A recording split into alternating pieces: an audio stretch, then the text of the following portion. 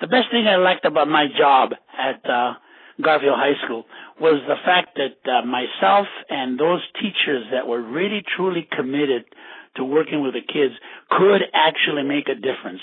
A lot of the teachers, many teachers felt that they couldn't make a difference because the kids weren't more or less ready for this kind of change as far as academics is concerned.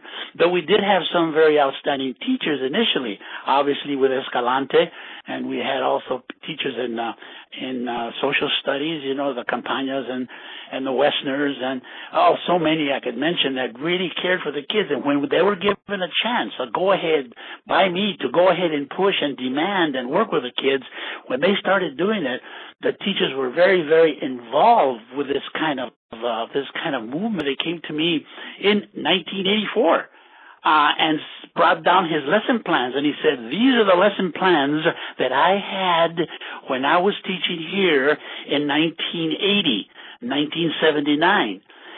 4 or 5 years difference. Take a look at the plans that I have now.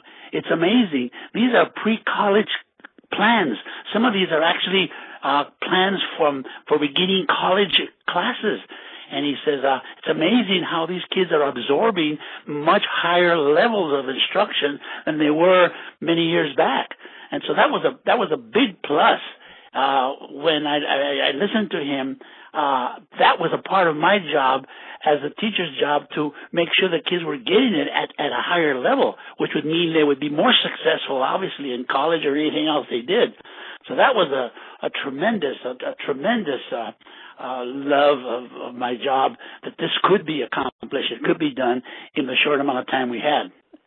Well, one of the funny moments that I had that I think everybody still agrees to that is the fact that many people thought that I had dogs at the school to prevent some of the vandalism on weekends and at night.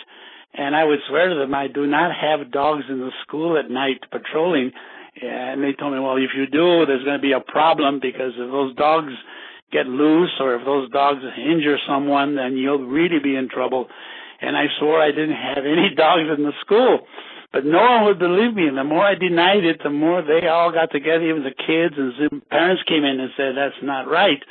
Well, anyway, one morning what I did was I had a little can of dog food, and I put it in a corner of one of the buildings, and one of the kids found it and said, see, this is proof that Gradillas has dogs around here. Look, we found a can, half empty of dog food. Anyway, there was a couple of other incidents where I would spread some stuff around that way, but believe me, I never had any dog food, but it was extremely funny to see the expression on everyone's faces, truly believing that I would have dogs there in the evening and on weekends. Well, my favorite school memory is the 1984 graduation ceremony. The reason for that was that 1984, that was the students that came in 3 years earlier as I came into the school. So we progressed in those 3 years and made an excellent start to changing Garfield into a more academic type institution. And the graduation was beautiful. It was very, very well run. There was none of this crazy stuff that sometimes goes on in graduations, but it was very, very formal. The kids were very proud, and they knew they were ready. Many of them, in fact, most of the kids from that class would go on to secondary education. So this was a very, very favorite, memorable occasion for me. I was very proud of it.